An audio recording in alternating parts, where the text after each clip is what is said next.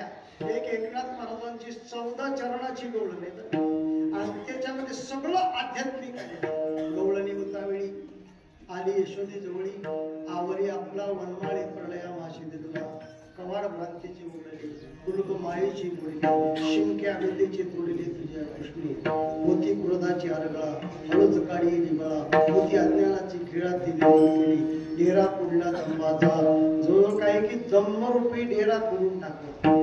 या कलियुगामध्ये दंभ जे असते बरं का, दंभ या शब्दाचा अर्थ आहे असायचं एक आणि दाखवायचं एक. आणि तो दंभ आपल्या वारकरी पंथामध्ये जास्त शिरलेला आहे. असायचं एक आणि दाखवायचं एक याचा दंभ आहे. तुम्हाला एक पत्ता सांगतो तरी ती वाचा.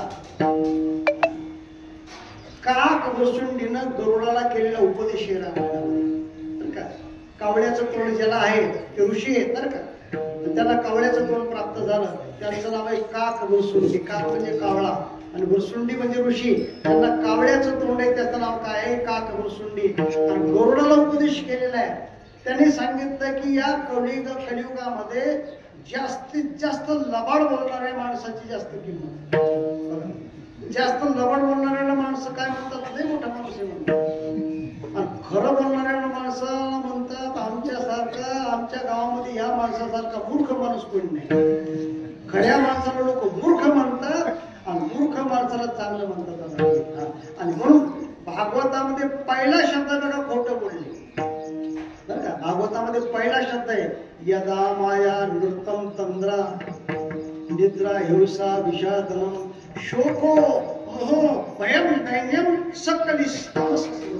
कलीचं वर्णन केले बघा. आणि या कलियुगामध्ये पहिलं खोटं बोलणे लक्षात आलं. उठल्याबरोबर माणसं खोटं बोलतात.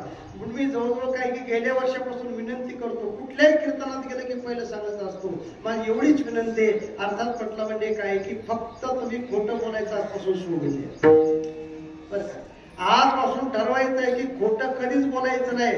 खोटं बोलण्यानं काही फायदा होत नाही, नुकसान झाल्याशिवाय राहत नाही. पण कलियुगाचा स्थायी भाव आहे पहिलं खोटं बोलणे.